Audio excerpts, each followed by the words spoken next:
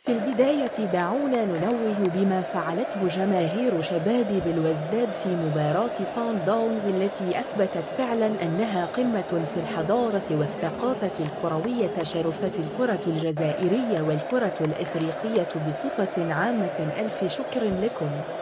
والآن ننتقل إلى ما قاله المدرب نبيل الكوكي عن ضعف مستوى اللاعبين وأنهم مصطدمون بالمستوى العالي. هذا الكلام فيه جزء من الحقيقة. فعلا هناك لاعبين في شباب بلوزداد أكل عليهم الدهر وشرب، ويجب أن يتركوا أماكنهم لجيل جديد شاب ومستواهم لا يسمح لفريق شباب بلوزداد بالتطور والذهاب إلى الأمام. كلمة لنبيل الكوكي وأقول له: هؤلاء اللاعبين المحليين وصلوا لنهائي كأس أفريقيا وفازوا بالكأس العربية، ولم يسبق لأي فريق جزائري أن انهزم على أرضه بهذه النتيجة. وبالنسبة لك أنت يا سي نبيل الكوكي، دربت لمدة 13 سنة وأشرفت على 19 فريق ولكن حصلت على 0 من الألقاب، وهذا سؤال موجه لإدارة شباب بلوزداد.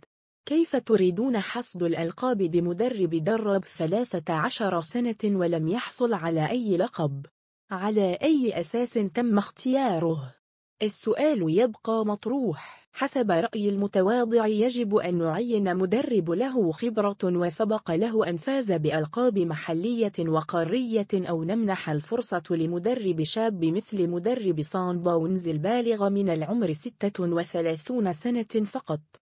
وخلاصة القول، وحتى لا ننسى ما قدمه اللاعبون والمدرب هذا الموسم وفرحونا في العديد من المرات، فهم مشكورون على ذلك، ولكن الجميع اللاعبين والمدرب مستواهم محدود، ولا يجب على المدرب إلقاء اللوم على اللاعبين والعكس صحيح. وافق شن طبقة. مجرد رأي فلا تنزعجوا منن.